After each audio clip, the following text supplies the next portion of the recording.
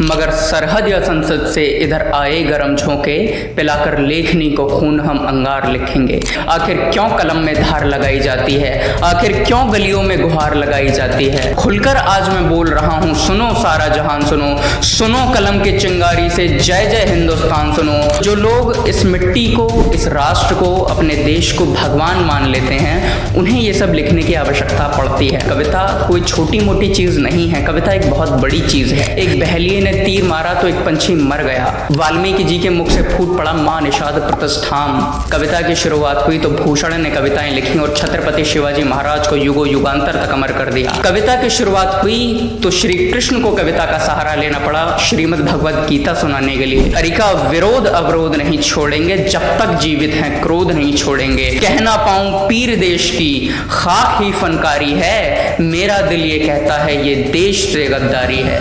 अगर हूं प्यार के मौसम तो हम भी प्यार लिखेंगे, खनकती रेशमी पाजेब की झनकार लिखेंगे। मगर सरहद या संसद से इधर आए गरम झोंके, पिलाकर लेखनी को खून हम अंगार लिखेंगे। नमस्कार, मेरा नाम आर्यन तोमर। कई बार हृदय में ये प्रश्न होता है कि देशभक्ति की भावना हमारे अंदर होती है, हमारे मन में होती है, तो उसे कविताओं में लिखने की क्या आवश्यकता है। तो मैं एक कवि होने के नाते आपको कविता के माध्यम से ये बताता हूँ कि इसकी आवश्यकता क्यों होती है, कि क्यों वीरता की कथाओं को लिखा है, क्यों रघुकुल की प्रथाओं को लिखा है, क्यों वीरता की कथाओं को लिखा है, क्यों रघुकुल की प्रथाओं को लिखा है, क्यों लहू को अंगार लिखा है मैंने, क्यों शब्दों को प्रहार लिखा है मैंने। आखिर क्यों कलम में धार लगाई जाती है, आखिर क्यों गलियों में गुहार लगाई जाती है। भूखों की और दीनों की मैं पीर सदा ही गाऊंगा, चीखना अगर यही होता है तो चीखूंगा चिल्लाऊंगा। चुने गए जो दीवारों में व्यथा कहूंगा गानों में, धड़ से जिसने युद्ध लड़ा दोहराऊंगा मैं कानों में। भारत माँ का बहुत सा अपमान सुना है मैंने, इसीलिए आखिर में रत जगह चुना है मैंने। सुनो कलम की बोली से और वीरों का यशगान सुनो, लहू दिया माटी को जिसने उन सबका गौरव गान सुनो।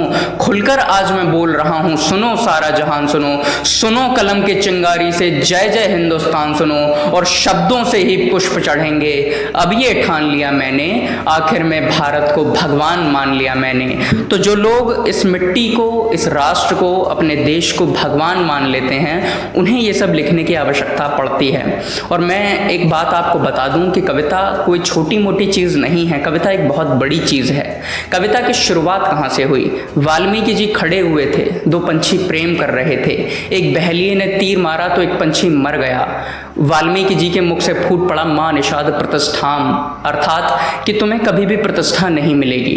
वहां से कविता की शुरुआत हुई। और कविता की शुरुआत हुई तो वाल्मीकि जी ने रामायण की रचना करी। कविता की शुरुआत हुई तो वेदव्यास जी ने महाभारत लिखी।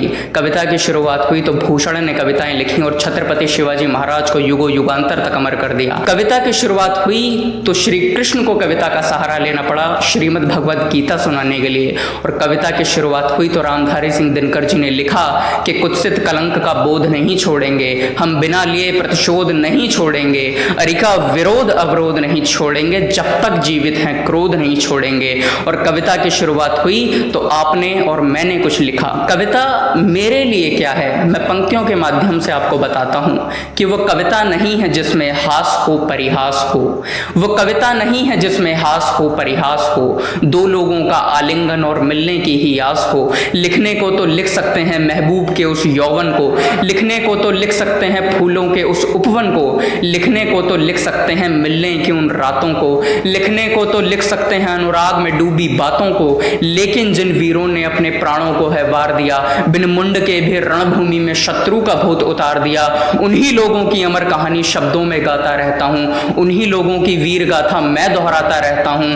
कहना पाऊं पीर देश की खाक ही फनकारी है, मेरा दिल ये कहता है ये देश से गद्दारी है, मेरा दिल ये कहता है ये देश से गद्दारी है। आपने बड़े प्रेम और धैर्य के साथ सुना, बहुत बहुत शुक्रिया, बहुत बहुत धन्यवाद।